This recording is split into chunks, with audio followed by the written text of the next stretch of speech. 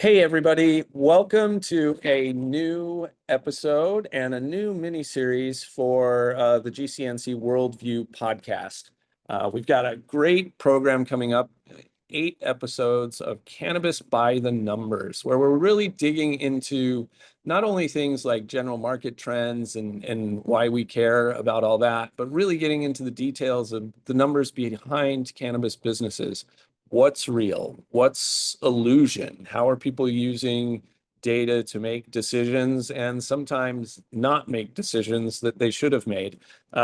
If you followed the cannabis industry at all over the last 15 years, you've seen some spectacular numbers, followed by spectacular failures. And we've also seen some really good decisions being made by companies that are strong and healthy, and oftentimes people don't even hear about them because they're strong and healthy and doing the jobs that we all expect them to do. So today I have two of the world's truly best experts when it comes to understanding the cannabis industry and the numbers behind them. I have Rachel Wright, who is the CEO of Verdant Strategies, and Beau Whitney, who is the CEO and founder and lead analyst, and every other title you can have from Whitney Economics. Beau Whitney with us.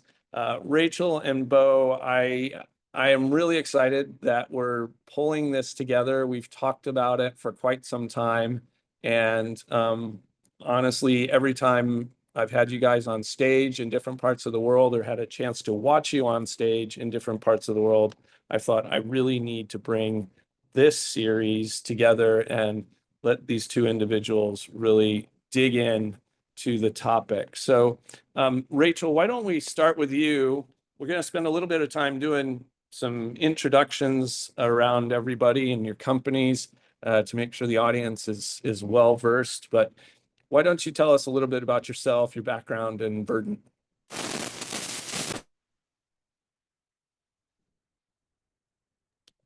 For sure. So my name's Rachel Wright. I'm the CEO and founder of Verdant Strategies, as Chris mentioned. First, I just want to say thank you to GCNC. I want to say thank you to Chris. Thank you to Jill.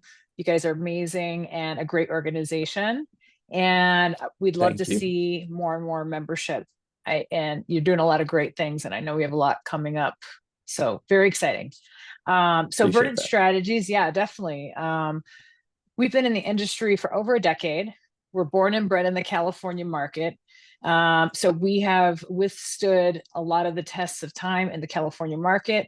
And we've expanded throughout the US and now supporting some of our clients overseas, basically with accounting, income tax, state and local tax compliance. And myself, I help my business owners with a lot of consulting work, mergers and acquisitions, just general decision making. Sometimes people just need something to bounce ideas off of, and that's what we're here for. It's great. Thank you so much, Thanks. Rachel. And Beau, I think most people who have tracked any kind of data analysis in cannabis over the last 10 years have probably seen you either quoted or read one of your reports. But, tell us a little bit about Whitney Economics and what you guys are up to. Yeah, thanks again for this opportunity. I want to echo Rachel's comments about GCNC. It's pulling together a global community, truly a global community, and it's been fascinating to see how it evolved over time. And the people, each and every one, are just powerhouses. It's really amazing. So hats off to you guys on what you've been able to build. Thank you. I'm Beau Whitney, the chief economist at Whitney Economics. We've been in the cannabis industry also over a decade, 11 years. And we realized at its inception that there wasn't a whole lot of data out there. The data was, a lot of spreadsheet pushing on Excel spreadsheets and duct tape and chicken wire and putting everything together. And so we realized that a lot of the decisions that were being made from an operator perspective, from an investment perspective, from a policy perspective, were basically done in a vacuum without data and based a lot on emotion. And so we wanted to take a lot of that emotion out and provide really disciplined and well-vetted data to the industry. We don't take a position on legalization. We don't opine necessarily on pending legislation. It's very rare for us to do so. But what we try to do is we try to provide unbiased data for global consumption. We're a data and insights provider. We also provide consulting services. Initially, we're viewed as more kind of a regional group, and then we're national, and now we're international. I think we were quoted in 39 countries just this year alone in the media.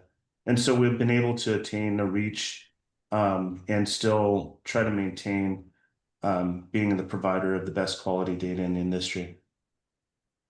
Yep. And I think while there's always going to be debate, and there should be around numbers, I think the diligence that you put behind them and always having methodology behind how you got there is what makes it particularly strong. Because there's certainly plenty of folks who sort of look at something and go, hey, I wish it was this. And then they say it's a number and try to make it real. So a lot of respect, Beau, for the way in which you guys build your reports. And Rachel, same in how you have grown Verdant and the way in which you work with your clients. Today's topic, I kind of love the title, is Dirty Data, Bad Decisions, Why Clean Inputs Matter. And I really felt like I should be making myself a martini and making it dirty before we jumped in, but I felt like that might not be professional. So I didn't, but maybe next time. Why not? Yeah, right. I want to, first talk, Rachel, get your perspective on what is clean data to you. Like being a business operator myself and coming at it from the marketing world, I love the creative aspects of what we do. I love being able to build content and all that. And I will admit, one of my least favorite pieces is tracking all of the numbers and keeping them healthy. And so I have to hire people to do that, lest I completely go off the rails. And I think that often is the case with a lot of people that run businesses. But tell me, sort of from your aspect, when you're first working with someone or looking at a project, what is it that you're looking for to define clean and actionable data that people can actually use? Well, first I'll start with 9 out of 10 companies that come to our firm don't have great data. So it's really like 1 out of 10 that has decent data. And so you can imagine, how do you draw any meaningful conclusions from that? And how do you make any decisions with that? So clean data, I would even go a step backwards, which is how do you get clean data when you have to first select a system, right? Which systems are you going to be using? How many systems are you going to use? And then so you have to kind of start with the architecture of how you're going to get the data first, right? But clean data it's really looking at your basic financial statements, right? That's what I look at. I first pull up the P&Ls. I look at it on a monthly basis. You do trend, you see if there's any variances, you look at the balance sheet. I'm not going to get too super technical, but when you see things jumping out at you like negatives on the balance sheet where it doesn't belong, cash accounts not being reconciled that should be reconciled. There's a whole list of things that indicate that the books haven't been tied out.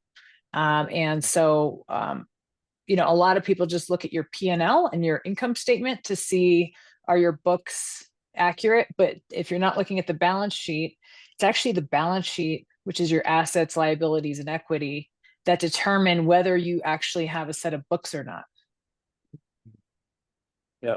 And I would argue also, Beau, that while at the business level, we have people making decisions on what they think might be good data, but at the macro level, when they were addressing the whole market and what the opportunity is and everything else, they haven't even constructed the business frequently on trustworthy data, because what they were looking at the macro level, that original pitch deck, whatever that is dirty as hell also. So like when you're building macro level reports, looking at market opportunities and all of that, how are you addressing, really from a competitive nature, what you do, which is really trying to get good, clean things that people can make decisions off of, versus all of this other clutter out there in the market? How do we build it in the first place?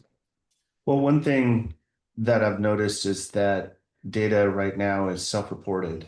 And so there's an inherent bias already in it. But what we try to do is we try to use the tools of record, the tools, the reporting systems at the regulatory level.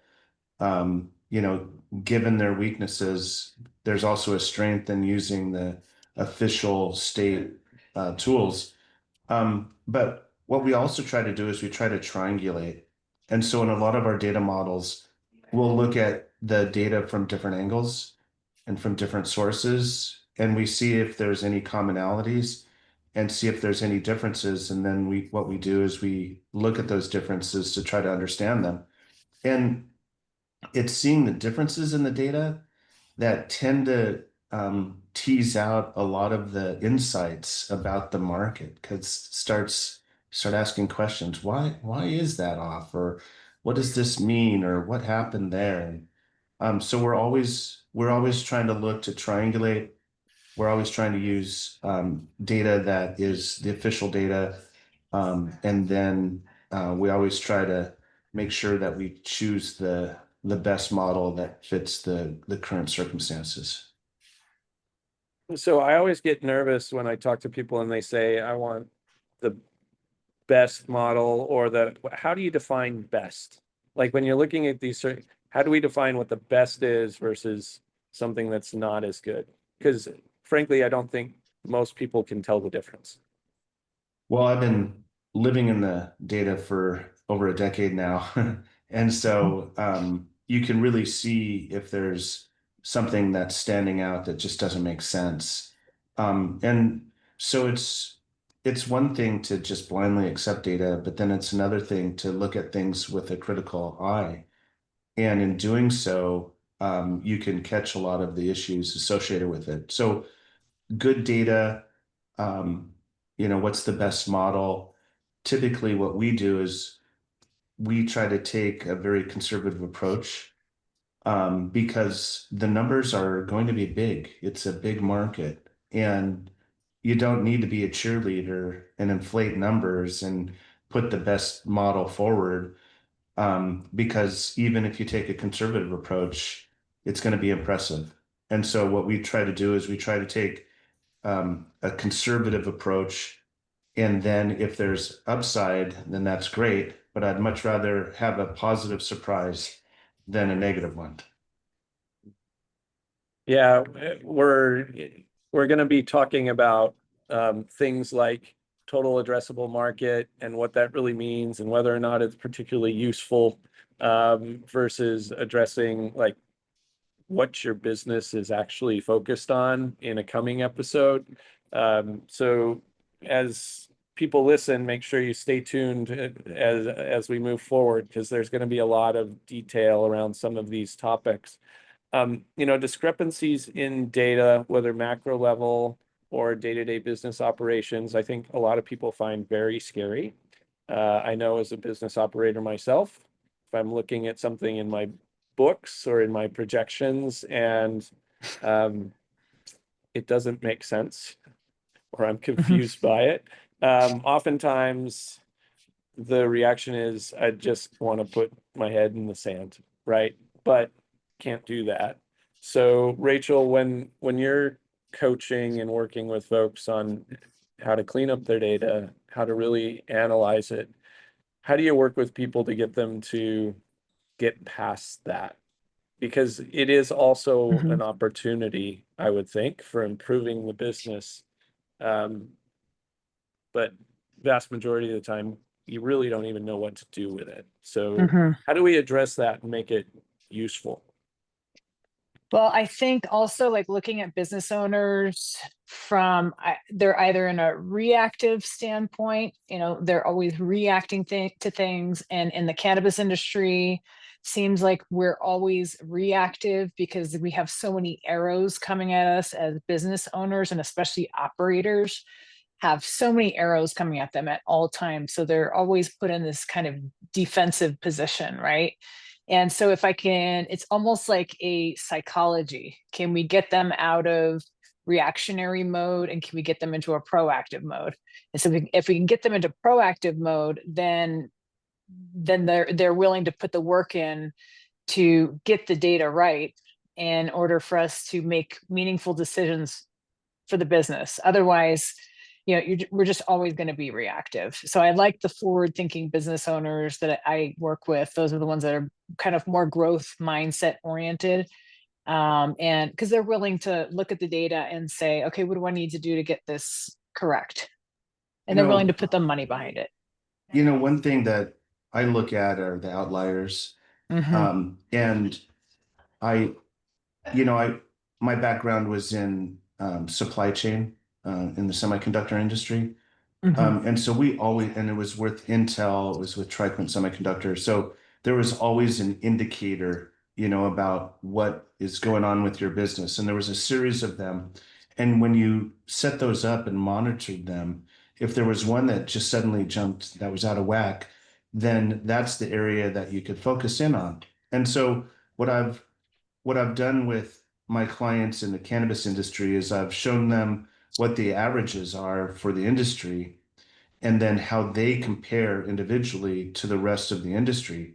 And sometimes they're doing better, and that's something that can be celebrated. It's something that you can raise money on. And if they're performing below that average, then that's something that they can focus in on. So a lot of those averages, even though they're top line, they can be used to help manage and adjust the business accordingly.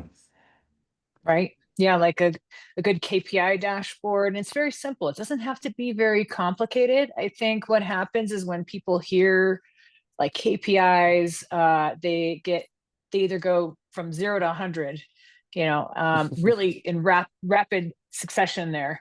And I say, okay, let's just start with the basics. Let's keep it very high level. And, you know, looking at very simple KPIs, dashboards, like Beau was saying, but it also does need to be specific for your market, at least for your state, because the KPIs in one of the newer markets or maturing is going to be very, very different than one in a mature market. Yeah, and I actually want to dig into, KPIs, forward thinking economic models and what people can use because I have seen a lot of operators who, in a moment of panic, instead of like focusing on the core problem, just decide they're going to build a really big spreadsheet that then has a million little decision points that drive everybody that works for them crazy because now they don't know where to focus at all. But they sure do have 30 KPIs that they're supposed to hit now when yesterday they didn't have any. And so how how do we manage that? Just how do we get that mindset in operators to say, look, here are the 3 or 4 fundamental things that you need to focus on to really get a solid baseline? Because there are so many digital tools out there now, project management things, and it's Mhm. death by 1,000 apps. So how do we get it to a point where we can advise and say, look, these critical numbers are areas that you can really start with and then build from there? I mean, I guess I'd say cash is number one, right? Cash flow is number one. Who's going to invest with, in one of your businesses or take you seriously if you're not cash flowing when you should be, unless you're pre-revenue. So I think everything starts with cash flow. And then you can make some projections for growth if you have some growth plans, but really cash flow. And then I start with your net income as a percentage of revenue. And then I work my way backwards from there. And then we set all the realistic KPIs based on the market, So that's actually where I start. And sometimes we look at the goals of the business. So say if they're at 5% EBITDA or 10% EBITDA, and we want to try to get them up to 15, well, then we make a plan. How do we get them up that next 5%? And it's not always cost cutting. So people think it's, oh, we're just going to cut employees or we're going to cut here, but those actually might not be good decisions. So I usually look at, gross top line revenue and gross profit. And that to me is one of the first numbers that I hit rather than trying to cut, Yeah. One thing that I look at is, I used to help run this vertically integrated company that was in medical and then adult use, and then we took them public. And one of the things I looked at is how are we performing against our goals? Are we performing to our forecast? And why aren't we trending towards our forecast, for example? And you can ask some questions like that. Another thing, when I was in the operations, we were doing just a tremendous amount of oil production, and I was looking at yields. And so, with a lower yield, or if there was a spike in yield, then all of a sudden our supply would be impacted. And then if our supply was impacted, we would know about that in advance. So we would tell the sales team and we'd say, hey, in 3 weeks, you're going to have, 200 fewer cartridges to sell. And so go out there now and talk to your customers and let them know. And that's kind of what the proactive versus reactive is, seeing it in real time and then projecting forward and then saying, hey, what are we going to do about this?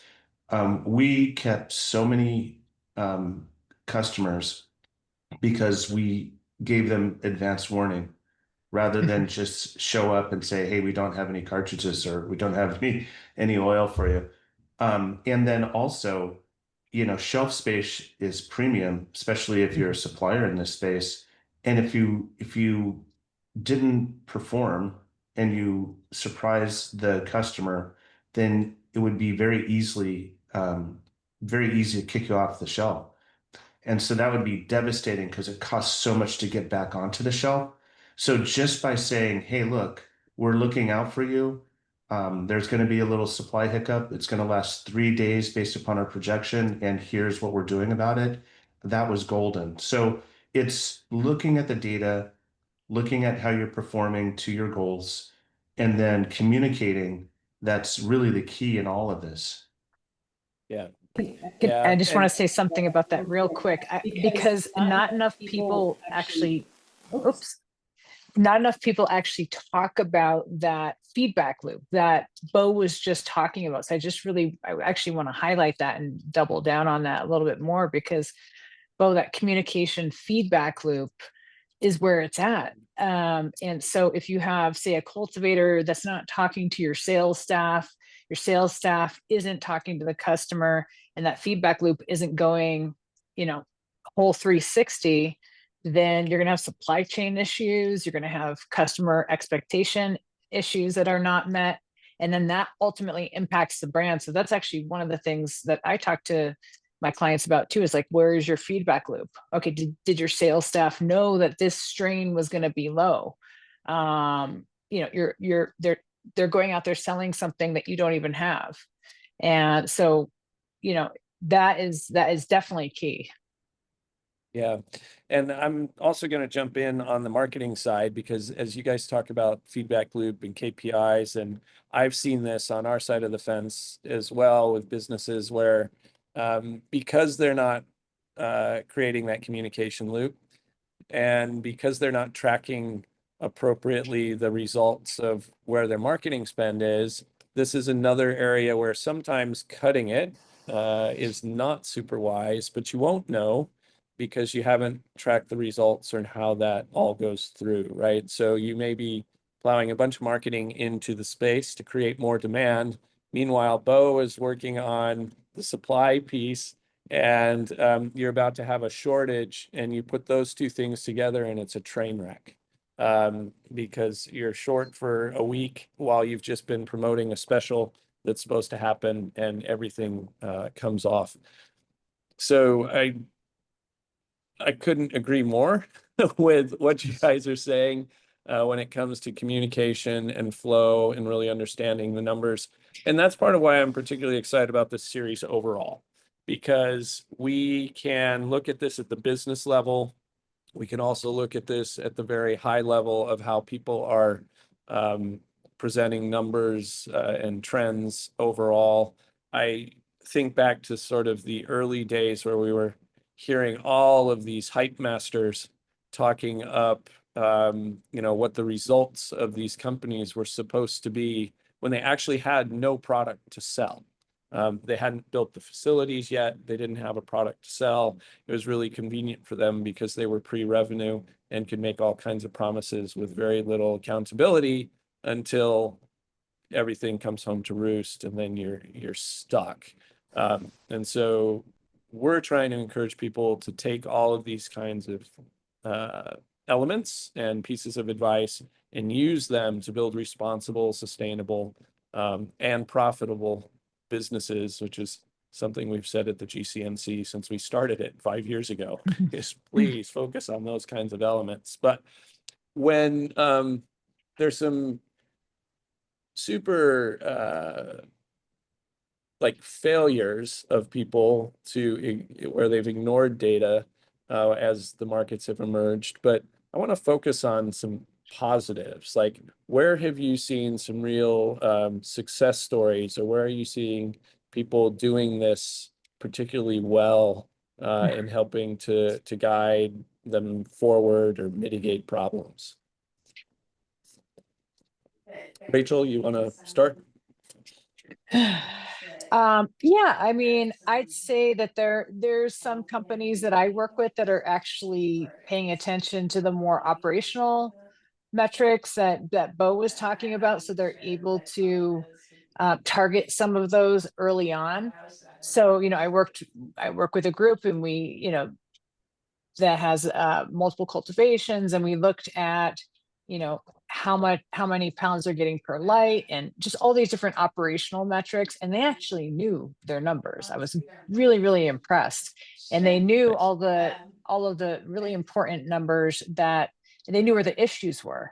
They also knew that they needed to fix them, and they were working on addressing them and fixing them. So I think, that's, operational metrics, not just financial metrics, are really important. So folks that are paying attention to those, and like Beau said also, as well as setting goals for yourself, and targeting those goals, measuring your performance against those goals. I've seen that happen in some companies. Mm-hmm. Yeah, there's been pragmatic decision makers coming in, which certainly at the earlier stages of the industry were not particularly sexy. It was hard to find a job if you were a pragmatic decision maker. But I think as we've come along further, they're in great demand now. So, Beau, how about you? Yeah, one thing that I found is, and this goes back to my program management and project management skills. I was part of a supply chain. I was a supply chain expert in my previous life, right? And one thing that separated the success from failure was the fact that within an organization, they worked off of one set of numbers. A lot of times you'll have a sales team have a sales forecast, and then you'll have a financial forecast, and then you have an operational forecast. And if they're not aligned, then that sets the organization up for failure. It takes just a little bit more communication, but the more that you align on a single common data set. It sounds so simple, but it can be extremely effective. And it's and another thing that was a determinant of success was it was okay to admit, hey, we were wrong on this forecast, and to adjust, to be nimble. And so by adjusting and being nimble and not just locking in and saying we must hit $1 million a month in revenue or something, when your organization has no ability to hit that number, adjusting that number and being nimble is a big determinant of success. And it's also important to be able to communicate that, to say, hey, look, we kind of screwed this one up, but we're getting better, and to admit and kind of celebrate the mistakes rather than try to hide them. Those that celebrate the mistakes learn a lot from them, and then they can take corrective action and improve their organizational operations and their skills, and just run a healthier organization.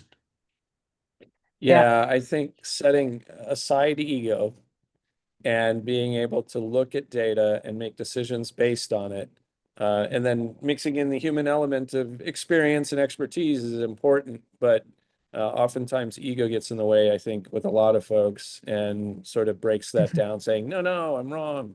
It's like the person who thinks every poker hand they get is going to be, four of a kind. It just doesn't work that way, Some of the Mhm. successes that I've had have been when people have come after my numbers and they've said, hey, we think your numbers are BS. And I'm like, well, tell me where. And Mhm. then we get into a discussion, because I'm not thinking that I'm perfect. I'm nowhere close to being perfect. We just put out really good data, and we're constantly trying to improve. And so being willing to accept feedback from others and then taking corrective action, and celebrating the differences and absorbing that, that's been a determinant in my success, because our data has gotten better and better and better. Now, I think it's important to state that just having your own personal good data, who cares, right? Other than you. But I think it's really important that if my data is good and we're constantly trying to improve it, and Rachel's data is good and she's constantly trying to improve it, then overall as an industry, we're improving as well. Mhm. And so doing the little things as an individual company can go a long way to helping support the success and growth of the entire industry. Yeah. And I would argue that Mhm. goes all the way up to governments, right? If governments can take a breath and report good data and try to be consistent, it'll help us all out a whole lot. So, Rachel, did you have something to chime in on that?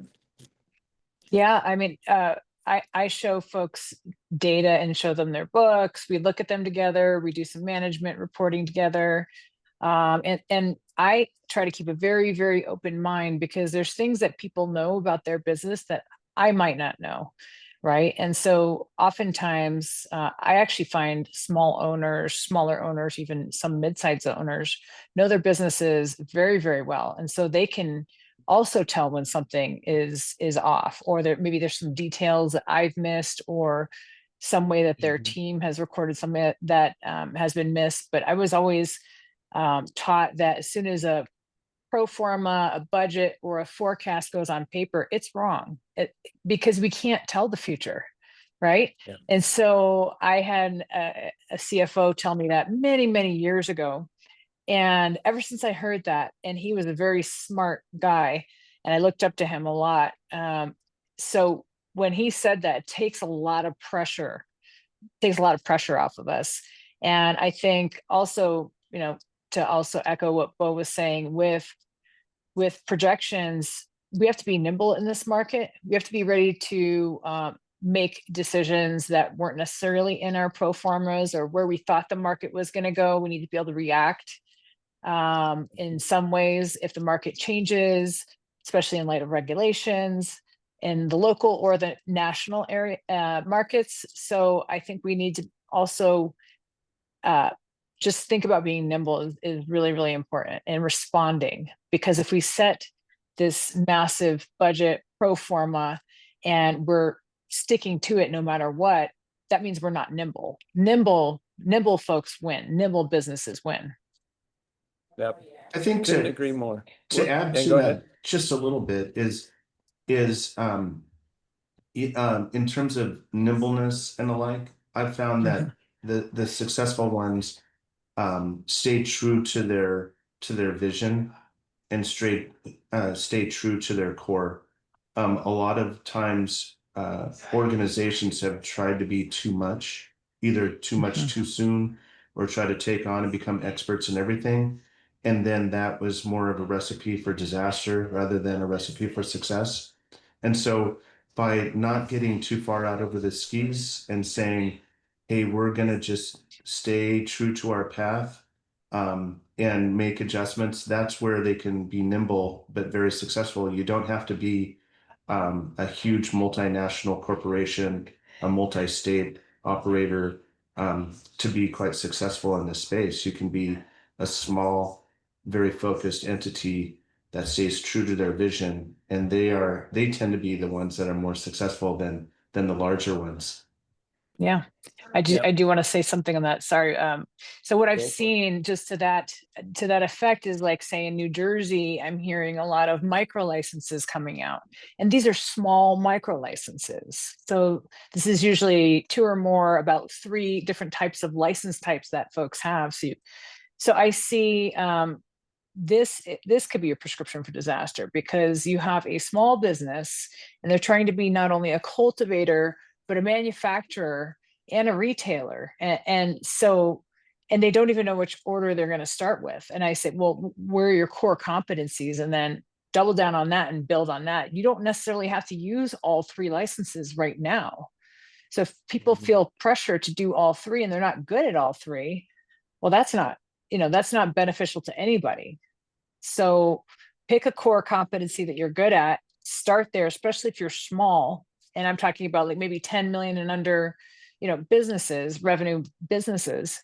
We have to use our capital wisely. And so once you have proof of concept and things work in that one part of the vertical, then maybe build on another part of the vertical. Absolutely. And I'm going to use that part of this discussion that you guys just had as the teaser for next week, because we're going to wrap up this foundational episode. And really what you guys have just addressed is the beginning of the next episode's discussion, because we're talking about things like total addressable market. What is the big opportunity? And oftentimes in the cannabis industry, the hype and the pressure to be all things to all people is a business killer. And these big, huge numbers are interesting and fun at times to look at, but really understanding how to take those and make them relevant to where you're at and what you're doing it with, whether it's a medical market in Europe or a cultivation in Colombia or a brand in the United States. This is something that we've seen over and over and over again, which is somebody throws out a big number with a B in front of it, and they say, we're going to do all of that. And very quickly, the data gets really dirty, the business gets very confused and unfocused. And so we're going to dig into that some more and figure out how to avoid it in the next episode with this series on Cannabis by the Numbers. Rachel and Beau, thank you so much for kicking this off. I'm excited to carry this forward over the next 8 weeks. And until next time, everybody, hit subscribe, keep checking back for it, and thanks for listening. Thank you. Thanks, Chris.